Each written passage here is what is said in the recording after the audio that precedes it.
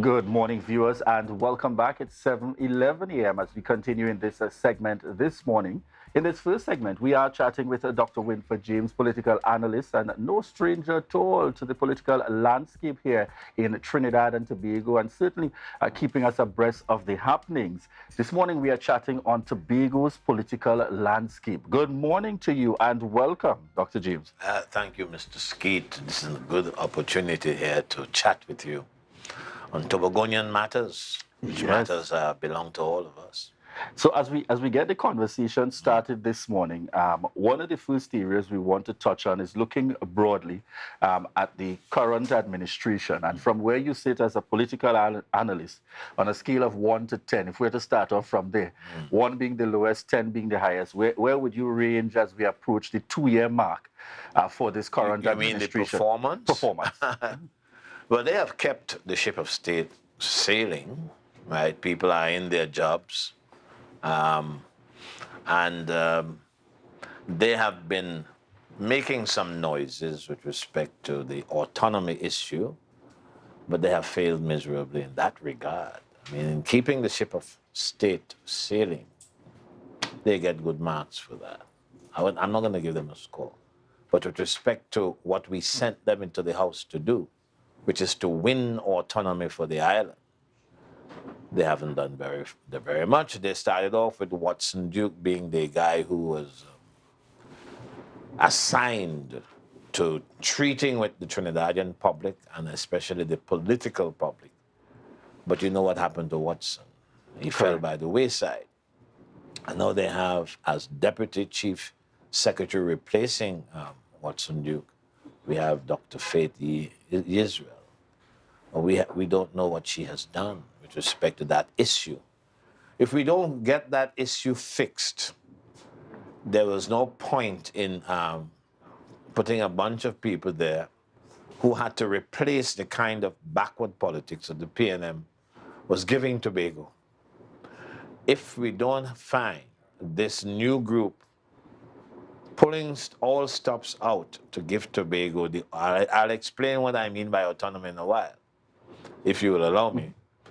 But if this group does not bring home the bacon where autonomy is concerned, or does not give the people the sense that, look, we have tried to win what is ours legally and politically, then there's going to be trouble in the next elections, I think. Tell us how this works in the context of the parliament. We know that the very last update as we're speaking autonomy would have been that the bill would have been brought over to this new session. And I mean, using my words, it's on pause, but give us a better understanding. Where is it at currently You're talking in terms about of in the the bills parliament? that the government came up with? Correct, the bills that the Well, government they would are have put forward. languishing in the parliament. Remember that there's a JSC, a Joint Select Committee, that came up with something. And of course, they are the ones who the cabinet is using to propose ideas for Tobagonian autonomy, which ideas they will bring to the public. Now, they have brought certain ideas to the public and they've been rejected. In fact, the biggest rejection is the result of the last House of Assembly elections. If you came to the public and you hadn't had bills and you said, this is what we are going to offer you, and then the public turns around and rejects you 14-1, you must pause. You must even give yourself pause. That's what the public has done. Made them silent because they realize they have some silent power. They have power to delay the grant of autonomy to Tobago. And they're using that power, and they will tell you at the superficial level that, you know, we came up with bills and so on, and you rejected us and so on, but they have not gone anywhere, so far as I know, with those bills. So I use the term languishing in that sense, right? And of course, the group in the House, the former PDP group, now the group of independents, they themselves have not done very much. They have done actually very little to give Tobago the autonomy that Tobago voted them into office to bring. And so, if you don't mind, we can spend a little time on that. You know, what is it that they have not brought in specific terms. So ultimately, we know that this would have been a conversation that started quite early. And I want to tie this into what appears to be a broader issue on the Tobago political landscape. We look at issues arising in relation to the involvement or non-involvement of the central government, the Prime Minister, Minister of Work, NETCO, etc., Yeah, wanting to get into the issue with Studley Park. We look at the airport scenario and whether or not the THA has any say or has been briefed any at all to be part of that project happening in Tobago, another area of focus. We look at the Commonwealth, the games that are upcoming in relation to sport and questions by the Tobago House of Assembly regarding consultation with them. Tell us about your thoughts in relation to that, specific to this same, what guides us now in terms of the Tobago House of Assembly Act and where we hope to go in the context of autonomy. Well, we need much more time than we do this morning to talk about all those issues. But House of Assembly has by law, according to the 5th schedule, responsibility for ports and wharves and so on. The airport is one of those. But that responsibility has never been given to Tobago. And we have the cabinet of the country and the Ministry of Finance controlling that, because Tobago does not fund itself, as you know. Its funding comes from the government, and clearly it doesn't have the money to build an airport. Just saying. But the point is, according to 5th schedule, wharves and ports and so on are part of the remit of the Tobago House of Assembly. And the same thing goes for Studley Park. Quarries, state lands are vested in the House of Assembly. Or, if the word is not vested, the point is the Tobago House of Assembly, in law, has responsibility for quarries and so on and what goes on there. But as happened in most areas, the law gives Tobago the responsibility for listed things, but they can't do much about it because there is another part of our government structure that comes in. The central government comes in here and says, look, we are overall in charge. If Tobago comes up with a policy position which the central government does not like, the central government can prevent Tobago from realizing its intentions. Because we operate a composite system of governance, as we know. We have the cabinet and we also have the House of Assembly. And the cabinet has all power in the law, as also it seems. And this is where the autonomy comes in now. Tobago can't make laws, you know. We know that the Act speaks of assembly law, but Tobago can't make those laws. It can propose a bill, Sent to but Parliament. that bill has to go to Parliament. It's the Parliament that makes the law. You can't have autonomy if you don't have lawmaking powers. And that's part of it. They take the license that, and the permit, the blasting permit and the mining license, all those things are done in Trinidad.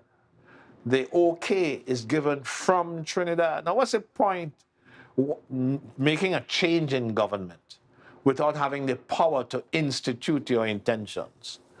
And that is the issue. Unless Tobago can make laws of itself, Tobago itself, we're not going anywhere autonomy-wise. And they must have the people involved with them. You see, that's part of the thing now. I don't have a sense that apart from the fact that you have 14, well, it's now 13 with what's going on. I don't see how the people are involved in the governance exercise in the House of Assembly. I mean, they are occupying quite clearly, and they're doing things. But we didn't put them there to follow in the footsteps of the previous party. Far from it. They have got to push back. They have got to agitate. They have got to organize their people into activist groups that will keep the issues alive in the Tobagonian consciousness and before the Tobagonian eyes. If they don't do that, then there is no point asking the people for another mandate. I think the government knows that. The central government knows that. What they call the central government knows that. But it remains a fact that in the interpretation of the central government, if the central government does not agree with a policy position advanced by the House of Assembly, that they can stop. They can move to stop that intention being implemented, being realized. But we, what do we do in a situation like that? How do we get our intentions organized given the political mandate we have had? What do we do if we have a government who can say, look, you can't go that far. You've got to stop here. This is the limit that you have. They are limiting authorities that the central government uses to constrain the politics and the policy making of the House of Assembly. So let's look at a few other areas, as we speak to some of the areas currently under responsibility, because I think your point is being made loud and clear. Okay. To deal with a lot of these challenges, it comes back to the focus that ought to be placed on Tobago's autonomy and Yes. lobbying for that far and wide. Let's look at education. I know most of your years spent in that area and in that field. Yeah. What are your thoughts and your perspectives in relation to where we're heading, and what are your hopes specifically for the education system? Yes, we are part of the national system, but many have advocated and spoken to the need for intertwining, introducing, and so on. We even had just up to yesterday representatives of the Division of Education speaking about efforts being made in the direction for the formulation of that Tobago curriculum. Your thoughts? We need a curriculum. Obviously, your curriculum has to be contextualized. There is a Trinidadian context, and there's lots that is happening in Trinidad that you can use. But when we talk about education in Tobago, the question is, how have we given education in the island a Tobagonian stamp? What differentiates Tobago's educational experience from the education experience of the whole country? There's no differentiation. We are seen as part of the national whole. And yet, there are things in Tobago, or there are ideas in Tobago, that we need to institute. But if we piggyback on what Trinidad comes up with all the time, then we are not exercising our own independence in that regard. And so, for example, do we need to have SEA in Tobago? Given the school infrastructure, given the number of primary schools, do we need to have people sit exams to go into a primary school? Given what we want, that we wanted a focus on Tobagonian realities, do we have a curriculum that reflects that? Does the House of Assembly realize that there are things that are not happening in the country that can happen in Tobago? For example, we still have a grammar school kind of curriculum. People are doing academic subjects, and most of the people are failing. Most of the kids are failing at that secondary level I'm talking about now, although it includes the primary level. If you want Tobago to go in a different way, one of the ways you can do that is to create another track, a TVET track, a track that focuses on the building of skills, the using methodologies like, we want people to discover, to problem solve, education based on the acquisition of skills. When they come out of school now, it's this normal thing, and you're going to teaching, you're going to the public service, you're going into fire service, you're going into police. There's no innovation anywhere there. Tobagonian thought is not realized in policy anywhere in the education system. And we badly need that to change, right? But there's a habit which the PNM promoted, a habit of automatically riding on the backs of what happens in Trinidad. Now, that can be right. So I'm saying here, if it's one thing I want the public to understand, I'm saying, is that the academic track can be more easily changed in Tobago to accommodate a skills-intensive track, right? Where people can, when they're leaving school, they're leaving with skills that are employable, or skills that, or skills that they can use to open a business. Obviously, we need to expand the economy, which is another story. How do we do that? But educationally, we're not doing anything particularly unique to Tobago or particularly special, given the fact that we have been calling for things to be done in a different kind of way. Let's chat a little bit, Dr. James, the financial sector, another area here in the Tobago space. The reality is, for where we want to move and to advance the island, it's quite clear that the funding that comes through central government, the bare minimum at this time, based on the dispute resolution, will not move Tobago at the kind of pace that it needs to. Some of those other avenues, there have been conversations that came with the current administration, looking at the diaspora out there, seeking out, direct foreign investment and so on. What are your perspectives in that area? We've got to be free to borrow money, right? On our own, with all the payback terms determined in relation to Tobago, for sure. We need that. But before we even get there, we are not happy. I don't know if you are, but lots of people like myself are not happy with the distribution of the budgeted funds. We are not happy that the government makes sure that it does not go below the 4.03% at the lowest level. The government never goes up to the 6.08 or 6.79 that the dispute resolution authorized and legalized many years ago. It's not there. The Ministry of Finance, the Minister of Finance makes sure that it can argue, or he can argue, that, look, I'm within the law here. He's not concerned so much as about the development of Tobago, development projects that Tobago can use to advance it. So he's not interested in that. He's interested in satisfying the legal requirement that the budget for Tobago, the development budget, but there is, of course, the recurrent expenditure part of it.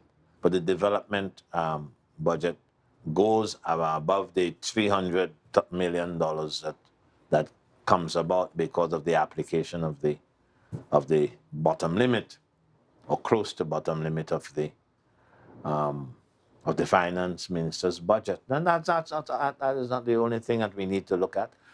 Tobago has a lot of marine wealth. If you calculate Tobago's boundaries to be a certain, to have certain figures. And that was one of the issues coming up in there too. There's autonomy. A lot of money that is in the sea once, of course, it's developed. There's a lot of money there. And we are saying, let's go back and distribute the wealth properly. The wealth that recognizes that this is an island that is underfunded given the amount of wealth, mineral wealth in the sea, the amount of oil and gas we have in Tobagonian waters. If you put the two islands together, Tobago has them. It would seem Tobago has most of the resources there, the marine resources, to warrant a far better equation where funding Tobago is concerned. So there is that. Yeah? Give Tobago the chance that it has been asking for. And let us run our own affairs. There's nothing magical about the parliament in Trinidad and Tobago. The parliament in Tobago has, 41? Is it 41? Yeah? Correct. 41 members, and only 2 from Tobago. They can't make a difference. There's no difference they can make. Politically, yes, they can give the PNM party an advantage. But they can't, the 2 representatives cannot swing things.